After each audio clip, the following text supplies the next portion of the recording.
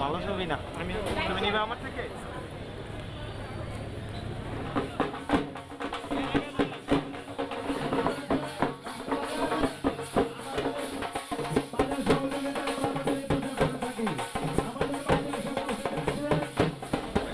কথা বলেন না, ওখানে কথা বলেন না।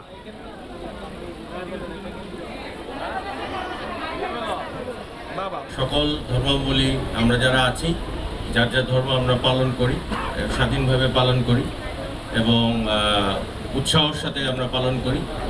তো এই পূজাটা আমাদের বাঙালির ঐতিহ্যের সাথে একান্তভাবে জড়িত এবং এই পূজার সময় আমরা শুধু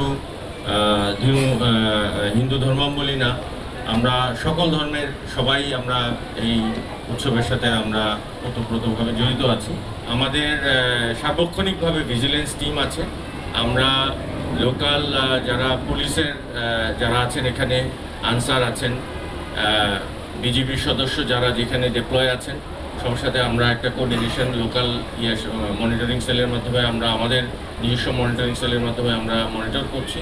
এছাড়া আপনাদের যে শারদীয় যে অ্যাপ একটা চালু হয়েছে, সেটার মাধ্যমে কোনো অভাব অভিযোগ থাকলে সারা দেশে সেখানে যে দায়িত্বপ্রাপ্ত এলাকায়, সেটা আর্মি হোক বা নৌবাহিনী হোক অথবা বিজিবি হোক, আমরা সাথে সাথে সেখানে আমরা অ্যাকশান নিচ্ছি। নির্ভয়ে নিশ্চিন্তে আপনারা আপনাদের পূজার কার্যক্রম চালাতে পারেন।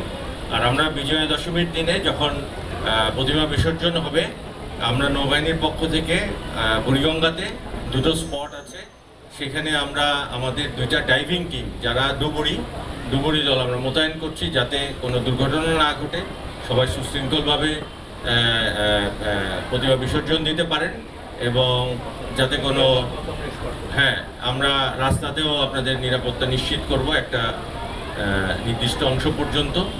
এবং যারা বিসর্জনের সাথে জড়িত থাকবে, যদি কোনো কারণে পানিতে ডুবে না যায়, সেটার জন্য আমরা ভিজিল্যান্ট থাকবো।